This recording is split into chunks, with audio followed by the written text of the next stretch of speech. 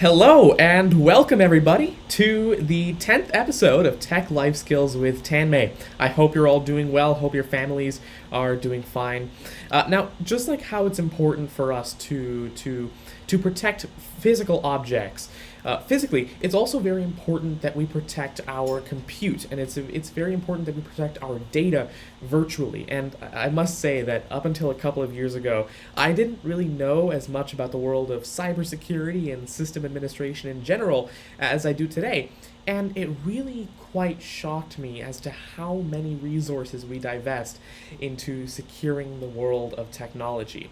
Now, a couple of weeks ago, I actually got on a call with our special guest for today. And we talked a little bit about the world of cybersecurity, the work that he does, the research that he's done, and I must say that I was really very excited by the novel ideas that he brought to the table and really a whole new way of thinking about this that really excited me. And so today we are going to be hearing from the first ever Director of Intelligence at the Department of Defense's Cyber Defense Organization, JTF-CND. Now, his first career was actually as a naval intelligence officer, and this included operational tours in Europe and Asia. Now, I'm very excited to welcome Bob Gourley. Bob is the CTO and co-founder of OODA, and we're going to be hearing a lot more about the work and research that OODA does in just a moment. But without any further ado, let's go ahead and welcome Bob. Hello, Bob. Welcome to the show. Thank you for joining in today. Now, before we begin our discussion, would you like to quickly introduce yourself? Sure. Thanks, Tanmay. I wanted to say, first of all, thank you for that very kind introduction. I appreciate that. And a short, succinct self-introduction would be, I've been doing cybersecurity stuff for a long time, but also enterprise IT. And through the years, I have had operational roles where I've been in charge of enterprise IT. For example, I was the Chief Technology Officer at the Defense Intelligence Agency, a large government agency with a big IT enterprise IT. Mm-hmm. I've also had roles doing consulting to help improve the security of companies. So go in with a team and review the cybersecurity posture of a company and give actionable recommendations on how to do better. And we've also helped improve analytics in companies. How do you manage your data and what's the best strategy there? And then we've done a lot of security consulting at OODA, my company, but not just cybersecurity and not just IT, but consulting about your best business strategy. How do you penetrate the market and grow? Interesting. So I see you're very much into, enterprise and the business and the cybersecurity. Thanks for sharing that. And I kind of want to start off on the cybersecurity track, and then we'll sort of diverge from there. Now, I know that you have this extensive background in cybersecurity, and just wanted to ask you, what got you started on that path in the world of cybersecurity? Well, I had a background in the U.S. Navy as an officer where you're taught you need to protect your secrets. So that was like the foundational background. But near the end of my career, I was put into a job where I absolutely had to learn as much as possible about cybersecurity. That's the job you mentioned at the beginning, Joint Task Force for Computer Network Defense at Department of Defense. Mm-hmm. We were new back in late 1998. The job was defend all Department of Defense computers and networks. So about 3.5 to 4 million computers, about 10,000 networks, really a tough task. And my job was understand what the bad guys are doing and inform the defenders so they can make the best possible defense. At the same time, I've always tried to read and learn, but I went back and got a third master's degree in cybersecurity. Mm-hmm. And so that was kind of my baptism by fire in the cybersecurity world. Interesting. Fascinating to hear how you got into the world of cybersecurity and sort of that mindset that started off with, we've got to protect our secrets. As a matter of fact, speaking of, the Department of Defense and defense in general, I wanted to know a little bit more about your company, OODA, and specifically not even just the company, the name is really interesting to me. That is named after a fighter pilot strategy, the OODA Loop. Now, I know that the OODA Loop, while it is that fighter pilot strategy, you've been able to relate that to the world of business and enterprise and cybersecurity. And could you expand a little bit more upon what that means and how we can apply that in our lives and our businesses? Yes, I would love to. It's absolutely a favorite topic, but I wouldn't want to give myself too much credit in saying that I relate that. It's this Colonel John Boyd, when he came up with the concept of the OODA Loop, was already in discussions with great business leaders who, really it resonated with them. So for quite a while, business leaders have been knowledgeable of this OODA Loop mental model. Mm-hmm. That said, I'm a real believer, and let me tell you why. The OODA Loop, OODA stands for observe, orient, decide, and act. And it's the kind of thing a fighter pilot might do when you're flying around in combat with an adversary. So you need to do that faster than your adversary. And you need to understand that as soon as you act, you make a decision and you act, you've changed the environment. So it's a very dynamic mental model. Now, how does this apply? Well, we already talked about it was a fighter pilot strategy. He was a fighter pilot. But the U.S. Army took to that as a more operational concept. And the U.S. Marine Corps redesigned all of their doctrine to be more dynamic like that. So militaries around the world know this OODA concept. Mm-hmm. And in cybersecurity, many of us realized that that's what the most sophisticated hackers do inside our networks. Okay. They don't just come in with a simple checklist. They come in and they look around, and then they orient themselves. They make decisions on the fly and they act, and they do that continuously. So we defenders need to do the same thing faster than our adversaries. Mm-hmm. So that's kind of the applicability of the OODA Loop to cybersecurity. Businesses, successful businesses don't need an acronym to know that if you have a great strategy, it's at best only good once. Mm-hmm. You have to change your strategy for the environment or you're doomed. Absolutely. So I think most good business leaders are already inclined to like that kind of OODA Loop model. Interesting. What I love about what you mentioned is changing strategies for successful businesses, how that's absolutely vital to a business thriving for so many years. And I feel like IBM actually might be a perfect example of that. They've been around for over 100 years, and they started creating, there was a meat cutter at one point, there were, tabulating machines, there were clocks, and now it's completely shifted, and it's shifted many, many times over the years. And you're right, we can sort of relate that to the OODA Loop, and when we start to understand what exactly that process is that we've been going through anyway, we can start to sort of expand upon it and improve it. I feel like another thing that you mentioned that really resonates with me is how, when we act, we're changing the environment that we're in. And that relates to so many more things than even just cybersecurity and business. And AI is actually a perfect example of that. Think about reinforcement learning, right? And how neural networks and how machine learning algorithms are able to learn in their own little environments. They're able to do that because whenever they make an action, they're changing the environment, they're looking at that environment, they're observing it, and they're making a decision and they're acting. So you're right, even reinforcement learning follows that OODA loop. There's so many examples of this in the wild, and when we start to look out for it, we can start to improve our decision-making process based off of it. And right. So, as I mentioned, I sort of want to get into the world of cybersecurity a little bit deeper, and I know that you're also quite deep in the world of enterprise technology. And so what sort of lessons do you have for enterprises who want to better secure their organization, right? So enterprises that want to leverage technology, maybe new technology, in order to better secure their organization virtually. Okay, I think there's two things I'd like to say. One is very non-technical, and that is that if you are an executive in one of these enterprises or a leader responsible for cybersecurity or technology, and if you know and love history, if you read history, you probably already know the most important point I would want to make, which is if throughout human history, let me start there, the most exciting history is full of drama, where two opposing forces both want the same thing. And the creative one who's most agile and persistent will win. Think of Hannibal crossing the Alps to invade Rome. Yes. He was told he can't do it. His generals told him, you cannot cross the Alps. He came with war elephants. And he told his generals, we will find a way or we will make a way. You see that pattern throughout human history, the persistent, aggressive, creative leader winning. And I mentioned that non-technical thing when it comes to cybersecurity because we're seeing that in our networks today. We raise our defenses, we try to reduce risk, and sometimes we delude ourselves into thinking that, everything's fine now. But this creative thinking, persistent adversary finds a new way in.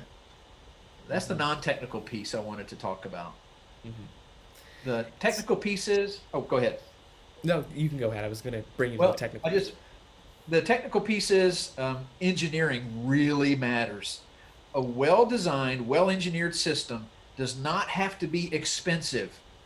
You can build well-designed security protections into your enterprise that helps you monitor what's going on and respond once you are surprised, perhaps with a breach. These well-engineered systems really don't have to bust the bank. You design things using best practices and lessons learned with smart engineers and review all of that, and you can really mitigate enterprise risk. Absolutely. And I feel like even if we were to go back a couple thousand years, nowadays we're so afraid of new technology like AI, and we sort of misunderstand what it's about.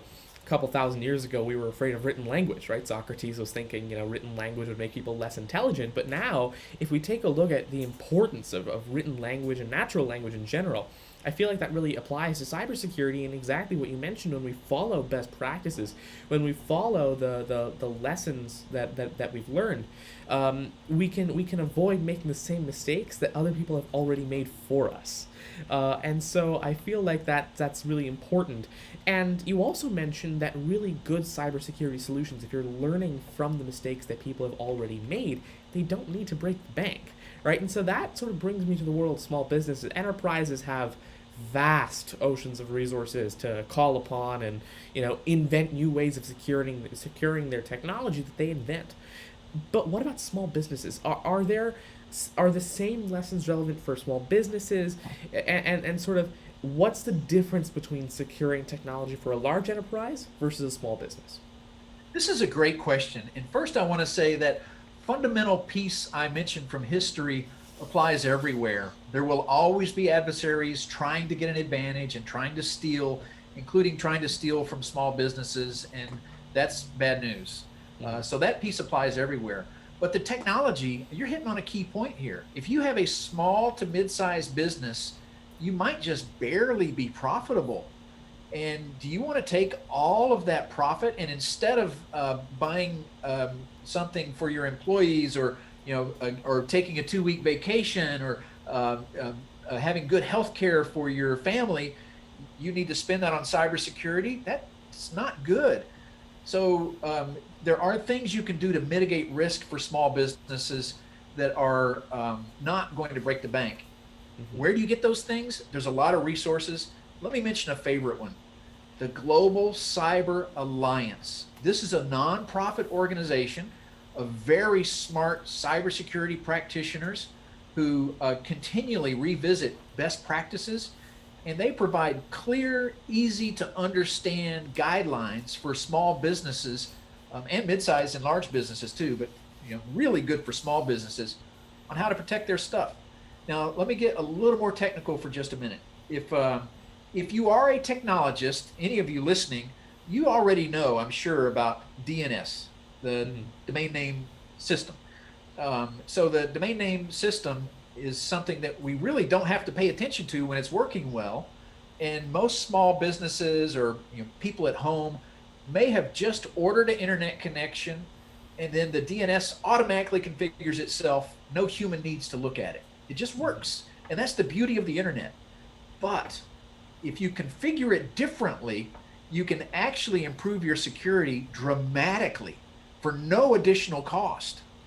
And I think we technologists who can understand DNS should do our best to help the non-technologists do that configuration. There's a couple different options there. The Global Cyber Alliance supports an option called Quad 9. You go in, you change your DNS settings to 9.9.9.9, Mm-hmm. quad 9. Now, automatically, whenever you send an email or do a web page request or any other internet connection, it uses the DNS servers of quad 9. Mm-hmm. Why is this good? They have configured that so there's some blocking of malicious communications. If you have ransomware on your system or any other malware that tries to communicate out, quad 9 will work to stop that for free. So it really helps. And or if you have employees who accidentally go to an incredibly malicious website, quad 9 can stop that for free. Wow, that is really interesting to hear. I feel like a good analogy to draw would be the sort of security by default sort of ideology that I see a lot of more companies adapting nowadays. So, like for example, Macs for a long time have had this thing called system integrity protection, and now with Apple Silicon, they're getting even further restrictions on hardware, while still being extensible enough to be able to disable those things. So, having that security by default and enabling people to be able to customize and engineer it to their will if they would like to, if they know what they're doing, is a great option. So while it just works, if you are knowledgeable enough to be able to use these sorts of cybersecurity solutions, great. But you're right; these solutions don't need to break the bank, and I feel like the little conversation we've had so far really reminds me a little while ago, a couple weeks ago, just last week, my mentor Dr. H was actually telling me, and he's sort of advising me as to how history plays such a significant role in sort of elevating our thoughts today and allowing us to figure out what we should be doing in the future, right? And so you're absolutely right. Learning from those mistakes and being able to leverage the work that's already been done for you in the past, that's really important to have an affordable but yet a robust cybersecurity solution. And Right. I feel like today, so many things are evolving. And I want to get your thoughts on what cyber threats really look like today. What are they like? How can we protect against them? But also, what I want to ask you is for the coronavirus pandemic, for COVID 19, have cyber threats changed because of it? And if so, how have they changed and how have our responses changed as well? Yeah, these are good questions. So let me start first with the threat. Um, some really good news about the threat. Let me start with the good news about the threat. Number Okay. one, although it starts with bad news, we are all under attack. Every individual, every small business, mid-sized business, every government, every nonprofit organization is finding themselves under attack. And that's Mm-hmm. bad. But the good news is, since we're all under attack, we're all sharing much more. We are sharing our lessons learned. We're sharing our recommendations for improvement. We're sharing insights on who these attackers are and what their strategies are. So that's where the silver lining to the cloud comes in. We're all talking much more about the threat and how to share indications and how to mitigate these threats. So that's the good news. Who are the threat actors? We have been studying them for decades. There are hostile nations that either do attacking themselves to steal things or sometimes to influence. And then sometimes it's a hostile nation itself, or sometimes they give the green light to a nonprofit or an institution or individual hackers to do this in their stead. So that's one high order adversary. Another is well-funded criminal groups. There's a lot of money being spent by well-funded criminal groups to develop new attacks to be able to steal information. They like to steal money, so they like to go into the financial sector and steal from the banks. Here's a interesting trend there over the last 5 years as banks have really improved their security at the high end, like the largest banks. So now we see these criminals shifting to the mid-tier banks and the smaller businesses where they can get money. Criminals also have been evolving ransomware. 10 years ago, I remember seeing ransomware and it was a joke, and we all laughed about it because it was so Really? simple to get rid of. But since ransomware started making money, the criminals have been evolving it, and it's getting more and more serious and significant.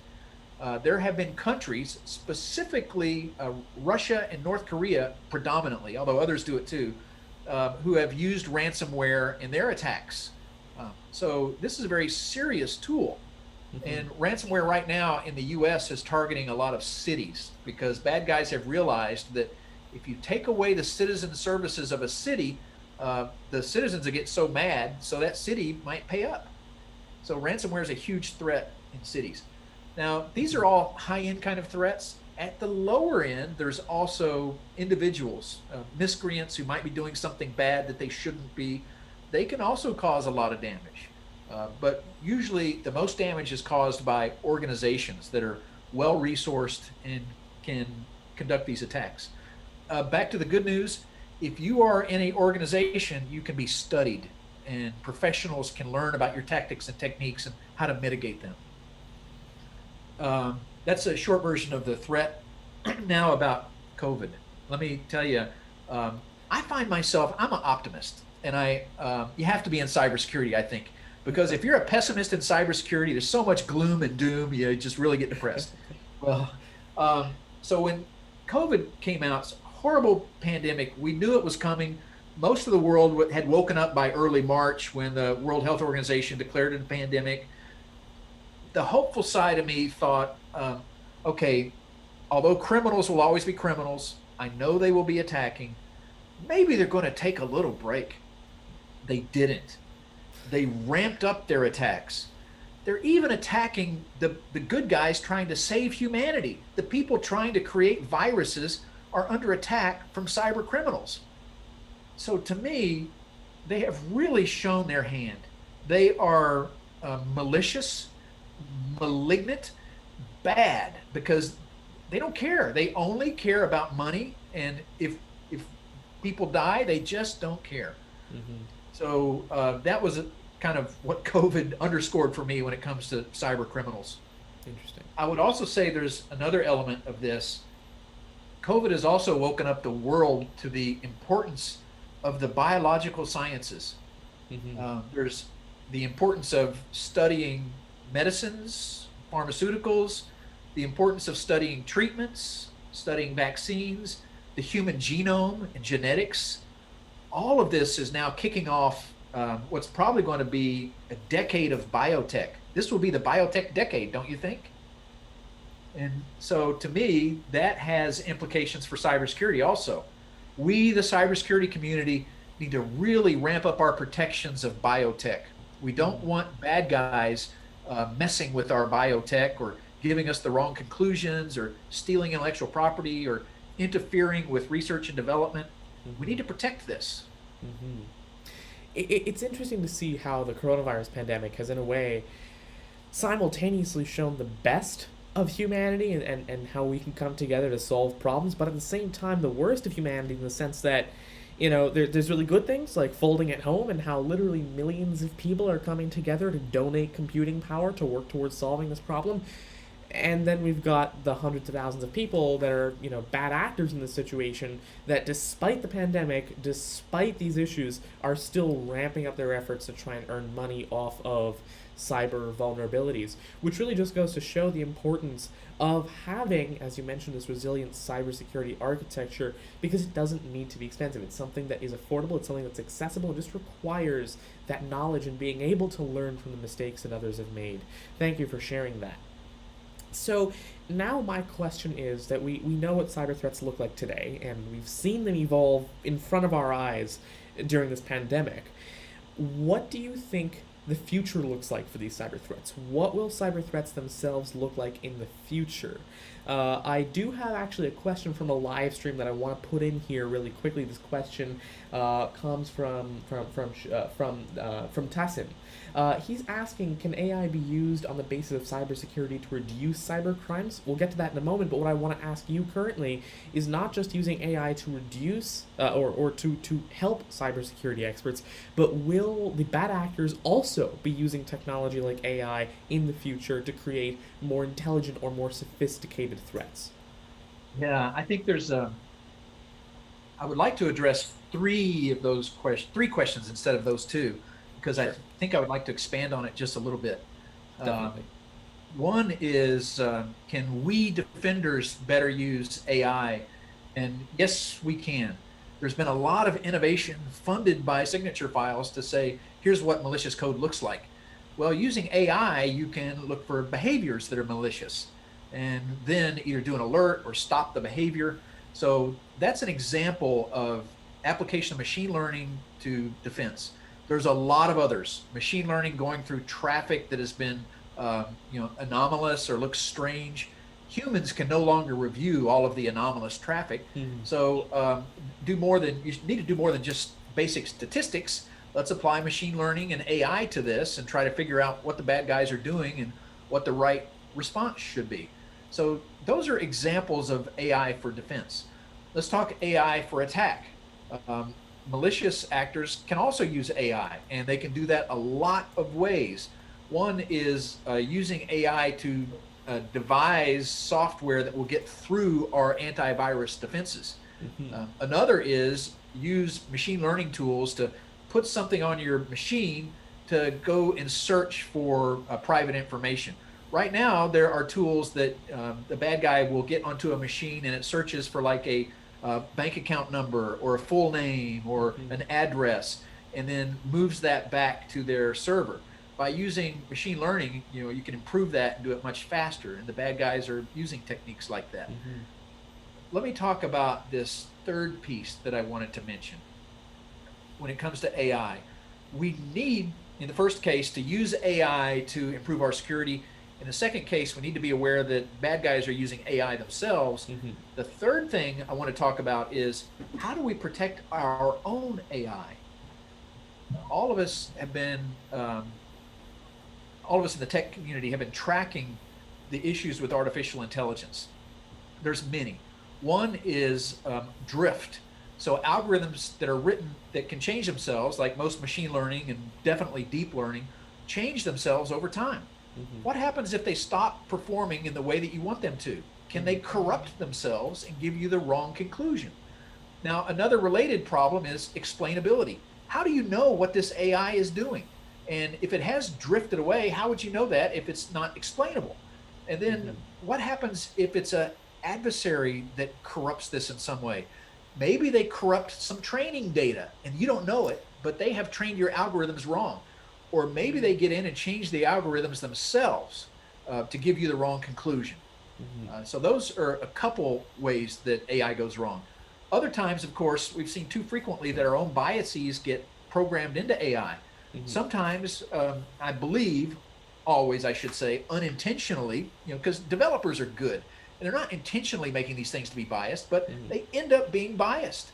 And how do we detect that beforehand, whether it was innocently done or if a bad guy got in and tried to do it? Mhm. So the point of this is, how do we secure our AI?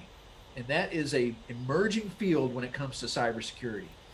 You know what I love is that traditionally we only look at AI as something that we can use to help the cybersecurity folks, the people who are the good guys, right? We can use AI to help the good guys, and the bad guys are using AI to help themselves. But at the same time, what I love about what you just mentioned is it's opened up this whole new world of we also have to keep in mind that AI itself is something that we need to secure very well because it's the kind of technology that is so dynamic, that is so new, and we work with it in such a new way that it really requires its own unique applications of cybersecurity. Like a great example that you mentioned would be, for example, explainability. You can take a picture of a school bus today, and with a little bit of gradient descent, you can modify just a couple of pixels so it looks the exact same. But when you feed it into a neural network, it says it's an ostrich. And so neural networks, because of the fact that they work on a very, very fragile mathematical manifold of different classes and different images and different data points, because of that, it's very, very easy to trick them. And so being able to recognize that tricking, being able to recognize, when things are going wrong with AI is a pretty difficult challenge. And I'm interested to see how the field of cybersecurity evolves to not only take into account that, sure, we have intelligent defenses and intelligent attackers, but also we have to defend the intelligence itself. You mentioned bias, which is a great example. Today, even though developers don't intentionally put bias into their systems, still there's a lot of backlash from people using the technology of that bias, even though it's not really an engineering issue as much as it is a data issue, and the fact that humans are biased in the data that we generate. And so I can imagine that absolutely, you're right, tampering with training data, tampering with what's fed into the models themselves is in a way tampering with the models directly.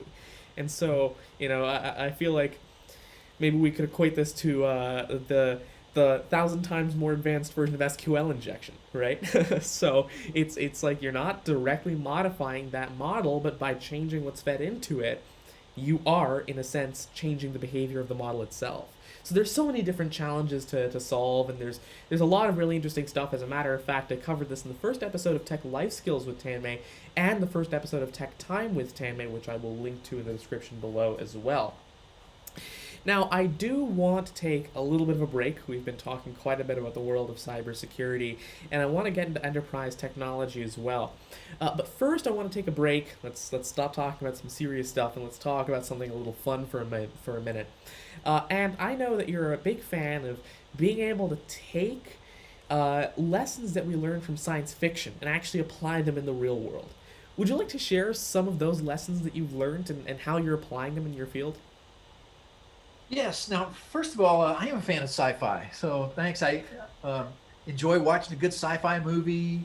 I hate watching a bad sci-fi movie. I love reading a good sci-fi book, and some of that's just for the story and the way it expands your thinking and makes me think bigger stuff. And love the creativity and the drama. But every once in a while, I'll see something and think, oh, there's a lesson here for cybersecurity. Let me think of a couple. One, Star Trek, the original Star Trek with Captain Kirk on TV. There's this episode where they talk about something called the Kobayashi Maru. This same episode was replayed in a couple of the movies also. So here's the story of the Kobayashi Maru. It was a training simulation that they put the Starfleet cadets through. It's a no-win scenario. You have to, you're given this problem where there's a freighter abandoned in space. You have to go rescue it. It's full of innocent people, but it's in the neutral zone. If you enter the neutral zone, you risk intergalactic war. So you cannot enter the neutral zone, but they're in distress and they're calling and asking for help. Okay. If you abandon them, they die and you fail. If you go in there, you start global war and you fail. So how did Captain Kirk handle that problem? In the story, he's the only cadet that ever passed that challenge. What he did, he hacked the system. He went in and he redesigned it so it was a winnable system. And I mention that because to me it underscores something. When we're talking about the global internet and even our enterprise technology, we humans designed that. And it doesn't have to be a no-win situation. Humans can design it better. Mm-hmm. So that's an example that I'll use from science fiction. Another is from the movie The Wrath of Khan. And this is just kind of funny, I think. And it was just good drama. The bad guy, Khan, took over a good guy spaceship, the Reliant, and started attacking Kirk and really wiped Kirk out. He's about to destroy the Enterprise. What does Kirk do? He hacks the computer on the Reliant because he knew the secret code that would let him into the Reliant's computer. There was no two-factor authentication. And I laugh about that because, oh, wait a second, 400 years in the future, they don't have two-factor authentication? So, kind of silly, but fun, something to talk about. But a couple examples of why I like sci-fi. Yeah, it's interesting to see because there's so much that we can learn from that. And you're absolutely right. I mean, 400 years in the future, we stop using two-factor authentication. Come on, are we asking for people to hack us? I mean, yeah, but yeah, that's interesting to hear. There's so many serious examples where we can really start to apply that to our businesses, and so many like fun examples as well. As a matter of fact, speaking of business and applying this to the world of enterprise, we've already talked about cybersecurity. We know why you got into the world of cybersecurity, starting off with that mindset of, you got to protect your secrets. But now let's talk about enterprise technology. So, what got you started on the path of working with enterprise technology in specific? Well, if you start at my beginning, I was a chemistry major in school, and at the time we had mainframe computers, so I was a little familiar with computers, and we all learned BASIC. And then I went into the Navy where we had computers, and I was just kept learning and learning. So I was always familiar with enterprise IT. And as I mentioned, at the end of my Navy career, I was doing cybersecurity, so that got me even deeper into enterprise IT. But what really gave me the deep understanding of it was working at companies like TRW and Northrop Grumman, where we were building stuff that would be used by enterprise customers. Mm-hmm. Then I went back into government as a chief technology officer of Defense Intelligence Agency. And there it was truly an enterprise where we had to make the most of all enterprise IT. And that's where I learned that it's a team sport for sure. It really is a chief technology officer at a large agency like that. Your greatest impact can frequently be by being a cheerleader, looking for the good stuff that's going on and raise those people up, looking for the bad stuff that needs to stop and helping stop it. Mm-hmm. Interesting. So that's what got you started into the world of enterprise technology. And I know that you write a lot about enterprise IT as well. So what are your insights for the future of enterprise IT? Well, when I was, now this is 10 years ago, I was a CTO, and it was very important to make decisions that were informed about the future, because if you make a decision today, it needs to last. Mm-hmm. So it pays to try to project the future a little bit. Now, this is an impossible task. Nobody can really know the future, but there's some tips you can use to make assessments about the future. One is, look at what the innovators are building, the people being funded by Silicon Valley. Look at what the big companies are building. IBM, Google, Microsoft, Amazon. It's extremely important to track what they're building and creating. And look at all that and try to project the future a bit. And so I would do that across multiple domains. And I started to think, how can I grab lessons from the future and apply it to today? And I still write about that, been writing about that for about a decade. That's where I started using this word, CAMBRIC. Let me tell you what I mean by that. For those who may remember, there was a famous movie in 1967 called The Graduate. And it's really a great movie with Dustin Hoffman. And there's a famous scene where he's home from college and he's at a cocktail party, and you can just tell he's bored to death. And people are, wanting to grab his cheek and stuff like that. And one guy pulls him aside and says, "Benjamin, I have some advice for you." "What is it, sir?" "Plastics. Plastics." And he just gives him this one word of advice: plastics. And I thought, that's a pretty good tip actually in 1967. Plastics are everywhere now. And, if he took action on that tip, it'd really help understand the future. And I thought, is there one word that can describe the future of IT? And I think I came up with it. CAMBRIC.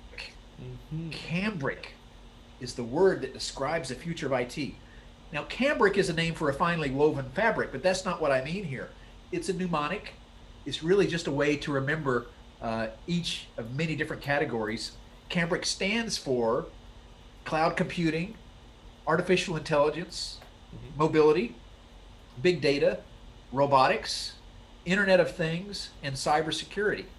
Wow. So when you think of the future of IT, if you think of that word cambric, it can force you to think through all of those things together because they interrelate. So that's why I say cambric. Interesting. Thank you for sharing. And CAMBRIC definitely does seem like the future of enterprise IT. In fact, I would say that a lot of this is the present of enterprise IT, right? It is what we're doing today.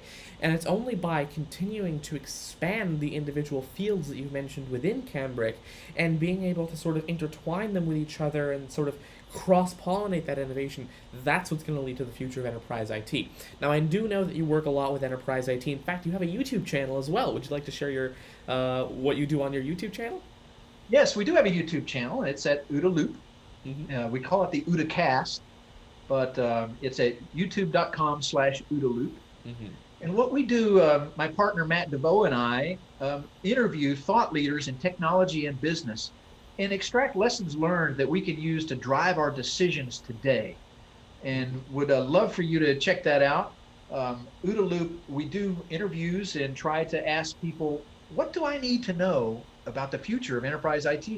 What do I need to know about quantum computing? What do I need to know about cybersecurity? How do I improve my business position in order to succeed in the future? How do I react in the age of COVID? Those and more questions we talk about at our OODA cast. I will definitely link to that down in the description below right after today's webinar. Now, once again, I do see quite a few questions coming in from the live stream. Please do keep them coming in. We will be answering your questions. There are just a couple more things that I want to quickly ask Bob, and we will get to your questions soon. Now, another question that I have for you, Bob, is around artificial intelligence technology. We've already talked quite a bit about how artificial intelligence is enabling us to have more intelligent defenses, more intelligent attackers, unfortunately, but at the same time we're seeing how it's important to invent new methods, new sort of paradigms of cybersecurity for the world of AI.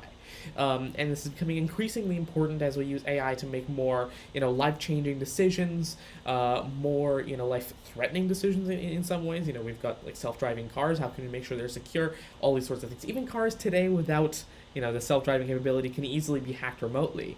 How can we make sure that it doesn't just become easier with the power of AI? How can we make it more difficult? And so I wanted to sort of get your take on the power of AI within this field. And for the longest time, my view has always been that with artificial intelligence, what we're really doing is we are augmenting human capabilities. And that is a theme that has really come up a lot on this series. For example, in the first episode of Tech Time with Tanmay, with Rob High and Sam Lightstone, CTOs and IBM fellows. They were talking about the world of AI and how it's meant to augment human capabilities. On Tech Life Skills with Dr. Shuffy, he was mentioning how AI makes us more human by enabling us to focus on the things that really matter. And you also mentioned in today's episode that there's so much data in the field of cybersecurity that humans can't keep up with it all. Right? Humans cannot simply go through all that data because there's just too much of it. We need AI to help us here. So do you also believe that within the field of cybersecurity, AI is here to augment and not to replace the experts in the field? Yes, absolutely. I mean, there's nothing like human creativity and ingenuity, and it's so important to apply in cybersecurity because we mentioned before human nature. The bad guys are being creative and innovative and thinking, so we need humans to do that.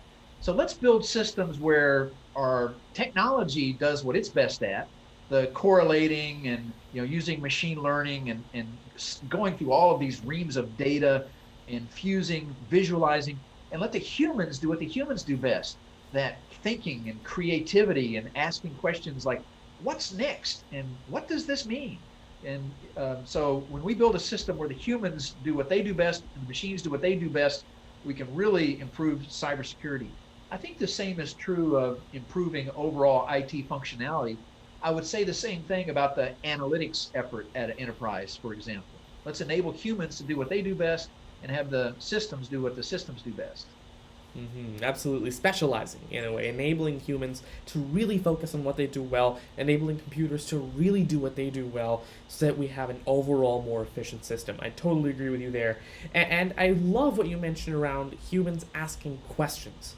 That really sets us apart, and I don't think that we give it enough credit. In a way, the two things that really set humans apart in the first place, in my opinion, is, first of all, the fact, well, there are two things, and it has to do with language. First of all, that we ask questions, right? So we've taught, chimps and we've taught different apes sign language, and they always say things like, they can say things like, give me food, or, this one time Coco the gorilla broke the sink in her cage or something of that sort and blamed it on her cat, right? Through sign language. And so they have that reasoning capability, but they never ask questions. That's such a unique human capability. And another thing that we do is we follow Zipf's law, right? If we take a look at the usage of language, it follows Zipf's law, which no other animal's communication does. So that's really interesting. Those are two things that I think really highlight the creativity in our way of thinking. And when we have jobs and when we have work that enable us to highlight that, especially within cybersecurity, we have a better field overall. So absolutely, artificial intelligence is important, and it's going to augment human capabilities within this field.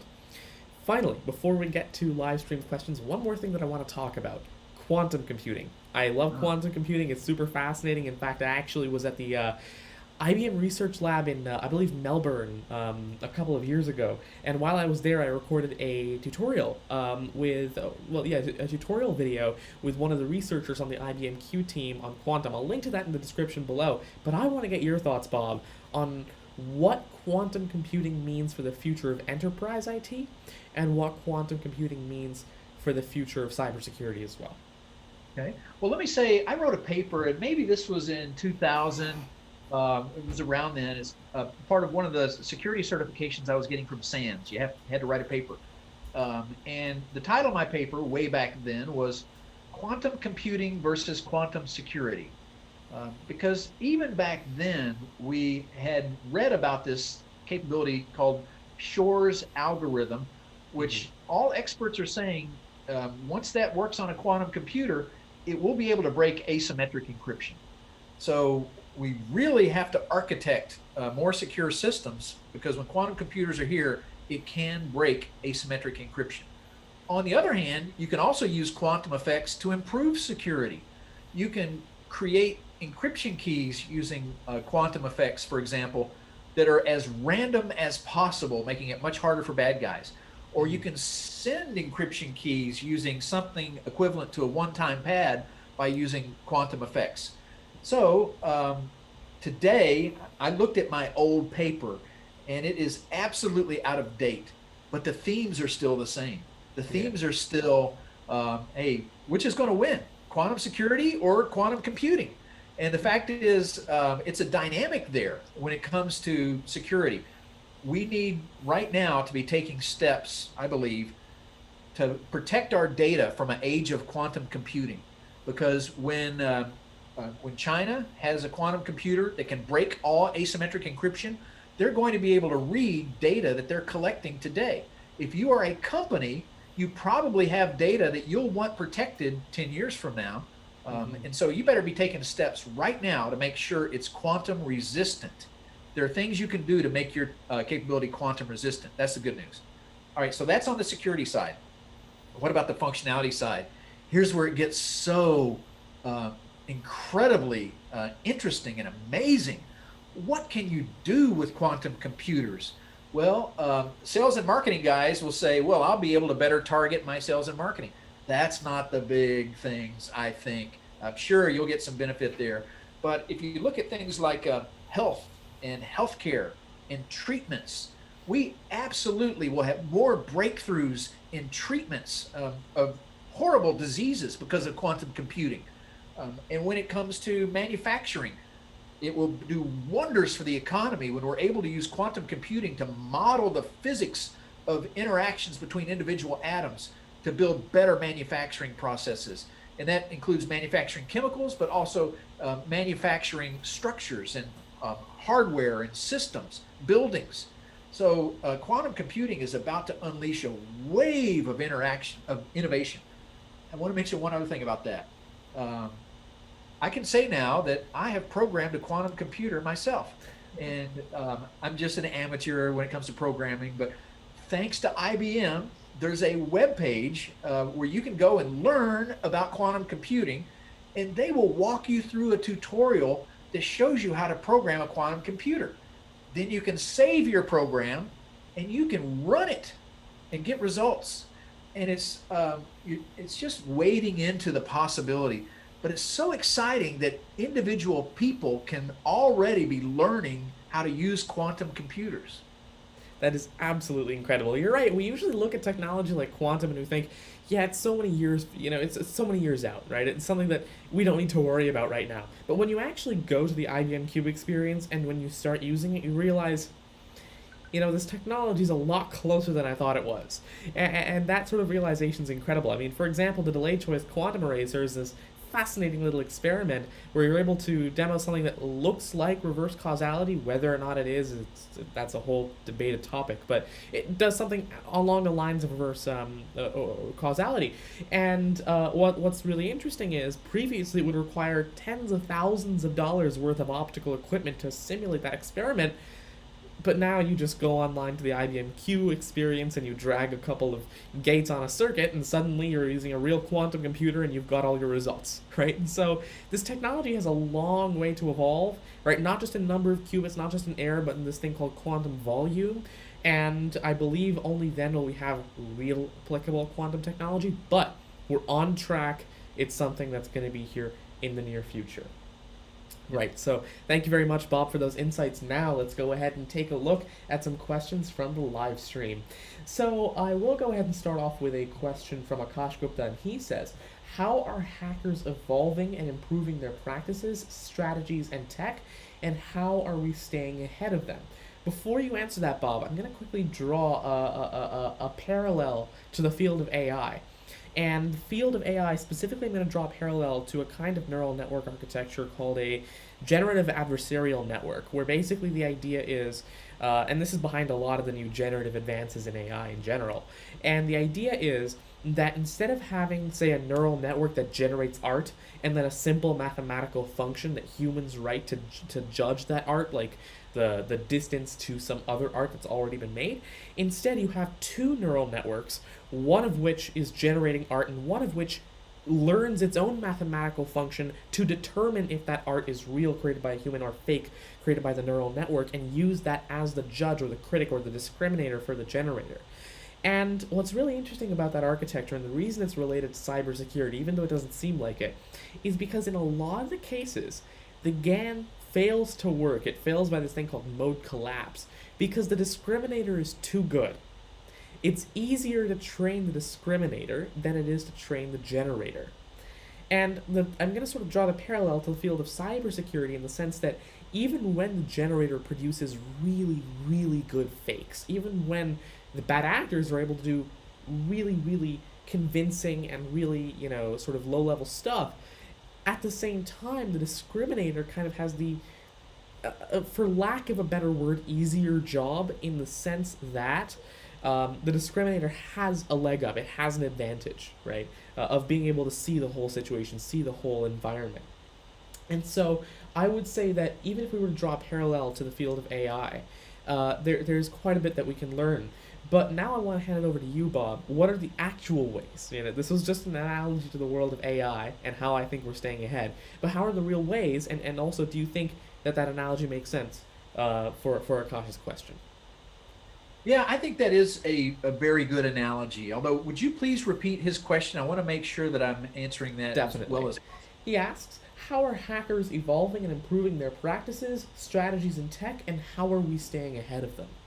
Yeah, that's the second part that made me pause to think for a second, because remember I said at the beginning, I'm an optimist. I really am. And I hope this doesn't sound pessimistic, but it seems sometimes that we're not staying ahead of the hackers ever. We try and try and try and try, but they are so creative and innovative and always thinking. So we try to stay ahead, and we try to raise our defenses and engineer good cybersecurity and engineer risk out.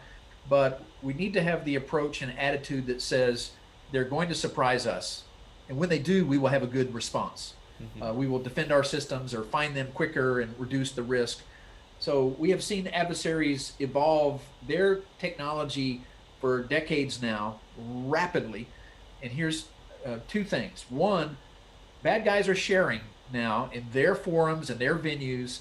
They specialize like we do. There may be a bad guy who sells things in a marketplace that is, his strength may be creating this particular component of malware, and then he will sell that to others who are assembling something bigger. Or another entity may sell credit cards that are stolen, or another entity may sell access into a company that was achieved. Another bad guy may sell passwords and credentials. There's so much specialization now going on and sharing among bad guys. I say that because that gives us a clue on what we defenders need to do. We defenders need to collaborate and cooperate as much as possible across every nation, every business, every industry. We need to share lessons learned and best practices on how to detect bad guys and push them out of our systems and raise our defenses. Mm-hmm. There's a lot of great venues for doing this. In the U.S., there is this thing called the Information Sharing and Analysis Centers, the ISACs. And most other countries have something analogous where there's a place to contribute information in a way that can keep you anonymous and protected and not reveal too much info, but share it with your peers and also share it with the government. And where the government can share information to you also in a way that is fair to everybody. So that kind of sharing is important for defenders. And it may not put us ahead of the bad guys, but it will keep us from being too surprised. And that's one key point I wanted to make. Another is if you're a mid-sized business or a small business, I already mentioned the Global Cybersecurity Alliance. Read that website and see how you can apply those lessons to your family life, to your small business, to your mid-sized business, because there's some great tips there. And that group is led by a lot of well-known, highly regarded experts who are in touch with best practices across the cybersecurity discipline. Mm-hmm. Thank you for sharing that, and I'm sure that answered Akash's question. In fact, he actually has another one, which also sort of speaks to something that I was wondering a little while ago, and that is any thoughts on awareness among normal or regular people regarding cybersecurity? Because simple techniques like password cracking are very easy to perform, and people don't really care to learn about cybersecurity. So, what do you think about that sort of, getting people to know about this field of cybersecurity? Yeah, that's a good question. It really is, because sometimes I fool myself into thinking that everybody is aware of cybersecurity, and it's not true. A lot of people don't want to be aware. They want to log into their computer. They hate having to use a password at all, and they just want all their stuff, and they want it to be secure. And maybe that's human nature, and it will always be there. But I think we in the technology community need to do a better job of explaining that there are serious threats, and there are a few simple things that individuals can do to reduce risk to their information getting compromised. For example, using multi-factor authentication on every account you have online. Every account these days will offer that. If it doesn't, you should close that account. It's really, oh, and by the way, I've been given that advice for 10 years. Sometimes I don't follow my own advice. And I swear I try to be aware, but I found there was a online frequent travel program I belonged to. I signed up for it like a decade ago. I forgot about it. Really haven't been using it, and it did not have two-factor authentication. They got breached, and there was no real risk to me, but the bad guys tried to get a credit card sent to them in my name. They changed the address there and then applied for a credit card. Now, since I had locked down my credit reports, they didn't get it. But it's an example of me saying that even though I know the right thing to do, I wasn't doing the right thing in that example. Yeah. It's tough for humans to follow even our own advice, is a point I would make. So I guess we technologists should probably think of ways to make it easier on all citizens to protect their stuff without having to follow a lot of complex advice. And I feel like at the same time, a good example of that would be, okay, so a good example, and this is a very controversial example, which is why I'm bringing it up, would be Apple's system integrity protection. I'm bringing this up again, actually. And the reason this is so controversial is because it shows, a lot of people would think that, they're trying to lock down the Mac platform, they're trying to make it so you can do less things on it, but system integrity protection is something that can be disabled. But here's the thing, for the average person that's just using their Mac to browse the web and work on their to work on their documents and to work on presentations or whatever, and they don't care about what system integrity protection even is, to them, system integrity protection is neutral, right? They don't recognize that it's there, but at the same time, it's helping them lead a more cyber-safe life. But for people that do know what they're doing and want it disabled for some valid reason, they have the capability to do that. So you're right, when technologists have the goal of specifically making it easier for a cybersecurity solution to be deployed than for it not to be, I believe that's the optimal scenario, right? Enable it to not be there for consumer products, so people can develop, so people can engineer, so people can innovate, so they're not locked down. But at the same time, security by default, I feel like, is a great way to do it. Now, another question that we got, and I want to get your thoughts on this first, and then I also want to answer this one. Is there any role of programming languages in hacking and cybersecurity? Well, absolutely. In programming languages, you know, first of all, the hacking is really, it's a mindset of, I'm going to create and think, and the good guy hackers are like, I want to push this thing to the extreme and see how it works, or I want to push this thing to the extreme and learn. The bad guys have that same attitude also, and it's not always about technology. It's about can I check a misconfiguration, or can I guess a password? But when it comes to technology, the bad guys need to understand developing and programming so they can write their tools. The good guys need to understand how to write software securely so it has fewer issues, and test your software and make sure that it does not have common mistakes, for example. So there's definitely a role for the extreme technical technologist to understand software development. Right now, in most of the major universities, secure software coding is being taught. It's the expected way that you write programs. But when it comes time for a company to field a capability, they're always rushing to get that out there. That's their nature. Zoom is an example. There's a lot of things were discovered about Zoom over the last 2 years that caused the security community kind of scratch their heads and say, why was that in there? And Zoom would patch bugs and fix stuff. Back in March, the world really benefited from Zoom's great capability. But then there were some other discoveries that caused even more people to say, why did you program it this way? Whereas if early on they would have applied best practices, they would have been secure by design from the very beginning. Mm-hmm. And so that's a very interesting way to take a look at it. And I want to take a look at it from another angle as well.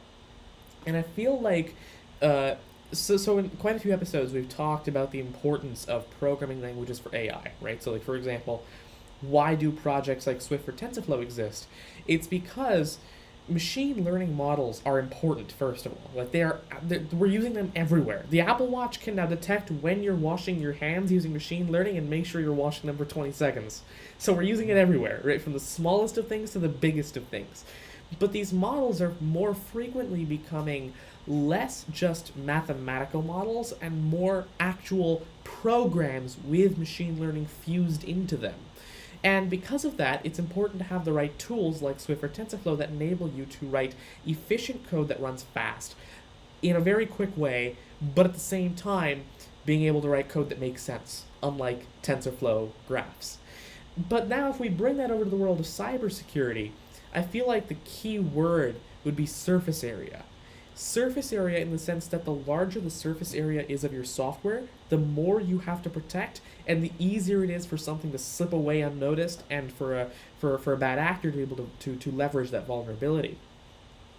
And a good example, I think, of that, maybe not a good example necessarily, but let's just say you're coding something in C, right? Like, let's just say completely hypothetical. This is not what actually goes on the back end, but let's just say the back end for, say, Zoom was written in C, right? Because it's so low level, and because you're in control of so many things, and there's so much that you need to write, I feel like there's a larger surface area in that sense for something to slip by unnoticed, right? A little memory leak, or a little, a pointer that you're dereferencing somewhere that you shouldn't be dereferencing, or some sort of shared memory between processes that shouldn't be shared, something that can slip through the cracks. But the converse is also true. If you're working with something too high level like Python, at that point you've got this entire stack of the interpreter, and that entire stack opens up so much surface area for extra vulnerabilities. So being able to use something in the middle like Golang or like Swift that enables you to have enough control over the hardware that you're still in control, but not so high level that you've got an entire runtime's worth surface area to protect, I feel like that's important. So programming languages do definitely play a role in cybersecurity, in my opinion, in the sense that even just choosing how to engineer your software also has an impact in the future on the vulnerabilities that could count. Does that make sense, Bob? It does, and I think that analogy applies in a couple other ways too. Another is where do you run your program? I mean, you mentioned one that would work on an Apple Watch, but whatever we're doing these days, in almost every case, there's some cloud component. Yes. And that is helping in the cybersecurity risk mitigation domain also, because you can pick a host for your cloud capability that's going to make sure that the hardware is the best possible and the operating system's up to date, and that it's being the network is being monitored securely, and that there's a good identity management and authorization in place, and that there's so many things that a cloud computing provider can provide the developer and programmer that's going to help improve the security and mitigate the risk of your capability. Hmm. Thank you for sharing that, and thank you for asking that actually, Akash, because I feel like that's something that often goes sort of overlooked. So that's really interesting to take a look at. Now, another question from Tassin for you, Bob. What are the major steps to ensure a cyber safe world? Huh. That's a great question. Yeah. And through the years, I used to think, maybe I still think this. Remember, I've said I'm an optimist now 3 times. I used to think, well, we just need to make people aware of the cyber threat, and then people will do the right thing. I still believe that a lot. People need to be aware that there are threats. And cyberspace is an invisible place that we really can't see. So it's easy to pretend it doesn't exist. Or we might have an attack and we will patch the breach and then pretend there's not a problem, or pretend the bad guys will go away. So I believe educating on the threat will help people stay aware of it, and then they can do the right thing. Now, in reality, I have also seen that that's easy to say and hard to do. You can educate people on the threat and they still don't do the right thing. Hmm. So sometimes we have to figure out what the metrics are that we need to collect and measure to ensure that cybersecurity is done right. Uh, Metrics, I don't say we should go overboard here, but we definitely need to understand, what does it mean to have a system with poor security or good security? Hmm. And what do you measure to define that? If we use metrics like, are there bad guys in your network? That's a pretty clear metric. And so what can we do to help humanity come to terms with cybersecurity? Figure out what to measure, and then help improve based upon those measurements.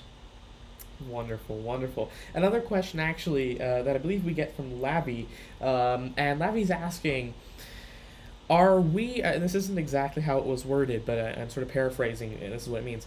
Are we the biggest threat to our cybersecurity solutions rather than the systems themselves? And this is a point that I actually mentioned in a presentation some time ago when I was talking about cybersecurity, and that is that systems are relatively easy to secure. You mentioned you can do things like, manually controlling your DNS, learning from other people's mistakes. That's easy. The difficult part is, how do you control the people in your organization that have access to the technology and make sure that they're not doing anything wrong? So I want to ask you, Bob, 2 things. How can we solve for that human aspect? Lavi's question, are we the biggest threats to our cybersecurity solutions? But also at the same time, Akash Gupta has another question. What do you think about the large phishing attack that was just happened in India and affected lots of folks? So those are 2 questions related. I would love to get your thoughts on that. Okay. Well, I believe people should be considered the first line of defense in any organization. You should have a good policy that includes training your people for what they should be aware of. They should know how to use their computers appropriately. And when something strange happens, maybe they get a phishing email, or maybe the computer is overheating, or maybe it makes a strange sound, or they get a pop-up, they should know what to do, who to talk to, and what steps they should take. So training is definitely a key part of it, and considering your people as the first line of defense is also key. Now, there is this topic of, what about an authorized user who's a good person, a employee, has all the right credentials, but all of a sudden something happens and they become bad. They decide to do something malicious. This is a tough problem. It's not the biggest problem in cybersecurity, I don't think, but it is a problem. And so how do you mitigate this kind of situation? The way I think through that, I'm a technologist, but I think you need to design your systems with the understanding that love is the answer here. make sure that as a organization, you do love your people, and all your people, you take care of them, and they know if they have a complaint or an issue, that there's a way to get that addressed so you can handle that. So hopefully they don't become disgruntled. Hmm. But if they do become disgruntled, their coworkers will observe that and be able to alert you that there may be something wrong. Now, there are technical solutions too to mitigate the risk of insider threats. Like, you don't authorize everybody to have access to everything. Give them authorization to stuff that is not going to cause a problem if there's an attack, or give them stuff they need to do their job. So there are a lot of technical solutions there, but I see people as the first line of defense. I see training as critically important, and I see mitigating insider threats as something we can all do. But I also mentioned it's not the biggest threat. The biggest threat is that cyber criminal organization that's going to throw lots of money towards destroying your company. Now, how do you mitigate that threat? Hmm. Very interesting. Thank you for sharing, Bob. Now we do have another question, and that is, we've already talked about businesses, we've talked about enterprises and how they can sort of adapt cybersecurity, what the differences are. Now let's go another level up, governments. What's the difference between businesses, enterprises? I mean, we've got the consumers, the businesses, the enterprises. What's the difference between that stack and governments, and how can they embrace cybersecurity? Well, I believe here there's a lot of lessons to learn, and it depends on the style of the government. If you are a open democracy where the government is there to do the bidding of the people, your role is not to be in charge of all IT and be the dictator of all cybersecurity. It is not the way open societies work. Your role should be to help, and governments should understand that. Their role should be to help, encourage, share lessons learned, provide data, establish best practices for themselves. I would like every government to raise their own cybersecurity and prove that they can do it and that they are a good example to us. That would give them more credibility when they start telling us that they know how to secure systems. So I believe the role of government is to be an example, and right now a lot of them are not. And that includes in the U.S. the federal government, the state government, the county government, but any other open society. I believe the role of government is to be an example, and then share lessons learned, share best practices, share information that the government might have. But the government needs to understand when it's time to lead and when it's time to follow. Absolutely. Now, I do have one. Okay, so there are a few more questions. And if you do have more questions, feel free to send them in. But there is one last really interesting question that I want to ask you. And this one's from Akash and Lavi, actually, both of them. They're having a little conversation on this. And they're talking about, well, Akash started off by talking about machine learning, deep learning frameworks, and how they're open source. And can this act as an advantage for both the attackers and the defenders in some way? Lavi said that yes, of course, having open source systems can be a double-edged sword. And I wanted to get your thoughts on having an open source system like the Linux kernel has proven to be incredibly valuable. I would say way more valuable than it could ever be, a disadvantage. But how exactly does an open source system help an attacker, help the defender, and what can we do to make sure that the tip of the scale always stays towards or in the defender's favor? Um, First of all, I want to mention history again. I mean, we already talked about Hannibal crossing the Alps. Yeah. Uh, way before that, there's a story about the Trojan horse, which was you know, supposedly took place around 600 BC.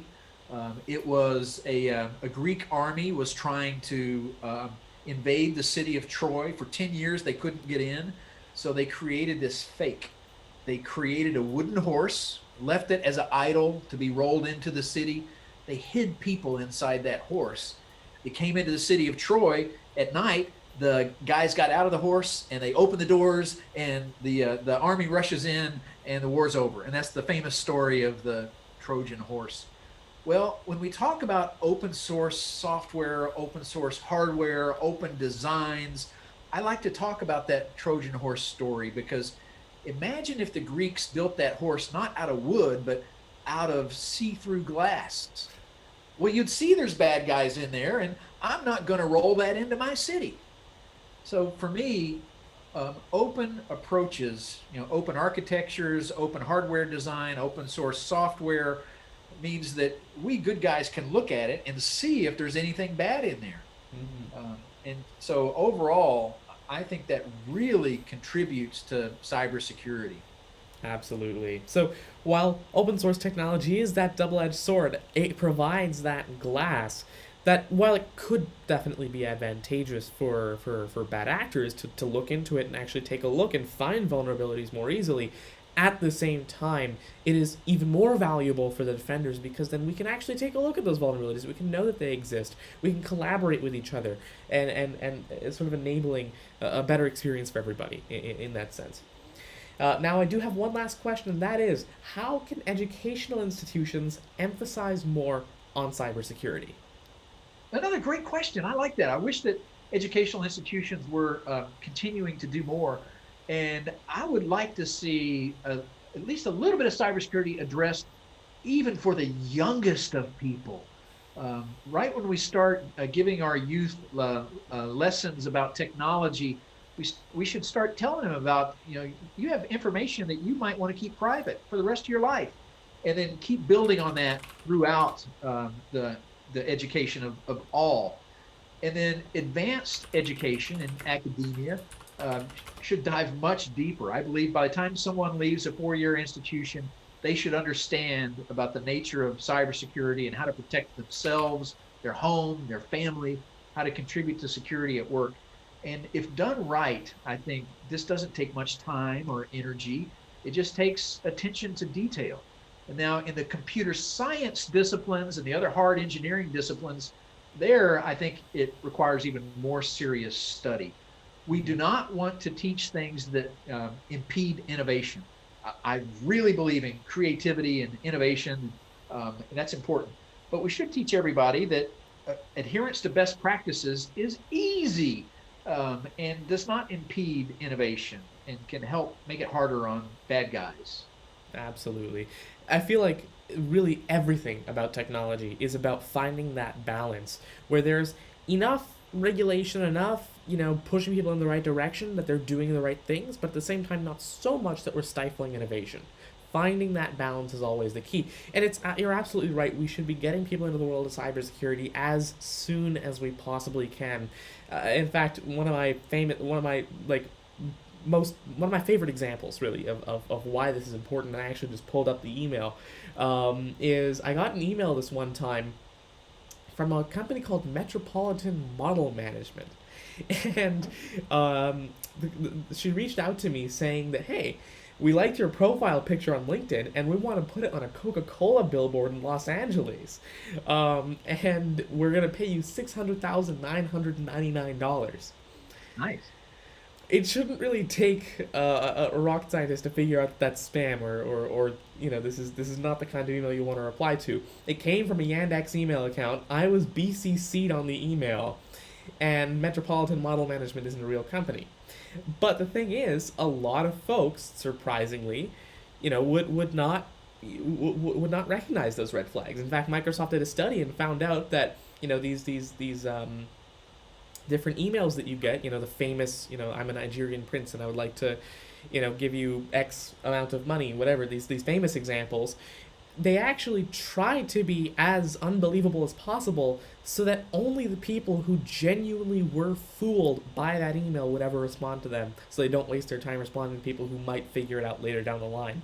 Right? So they've got these sort of techniques that I believe are really important to nail in from as young of an age as possible, so that this is something that you just recognize, later in life. So I remember when my mom saw this email, she was like, "Hey, you're gonna be on a Coca-Cola billboard," and I had to tell her, "No, this is not an email we want to respond to." So that was really interesting. So thank you very much, Bob, for sharing that. Now, before we go today, before we close, is there a closing message you would like to share with the audience?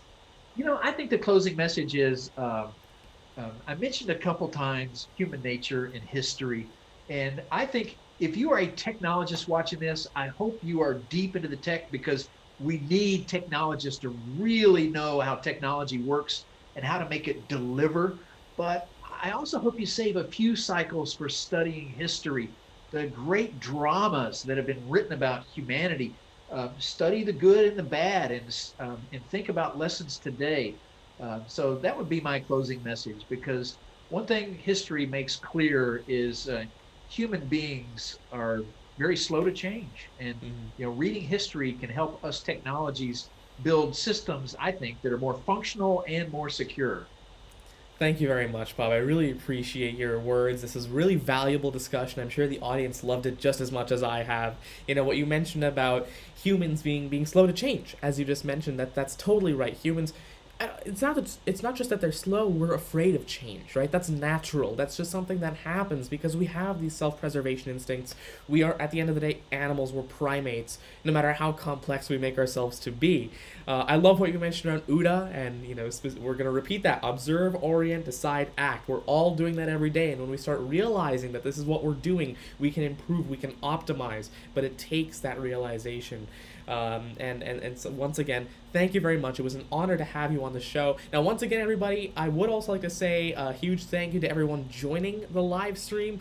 Now, once again, this is a series that I hold every Sunday in the morning Eastern time, and so if you do want to be notified whenever we start a new stream like this one, feel free to go ahead and subscribe to the channel and turn on notifications. That way, you know when we're streaming. Next week, I've got some really interesting content lined up around the world of blockchain, and so it's going to be really fun. Once again, thank you very much, Bob. It was an honor to have you on the show, and goodbye, everybody.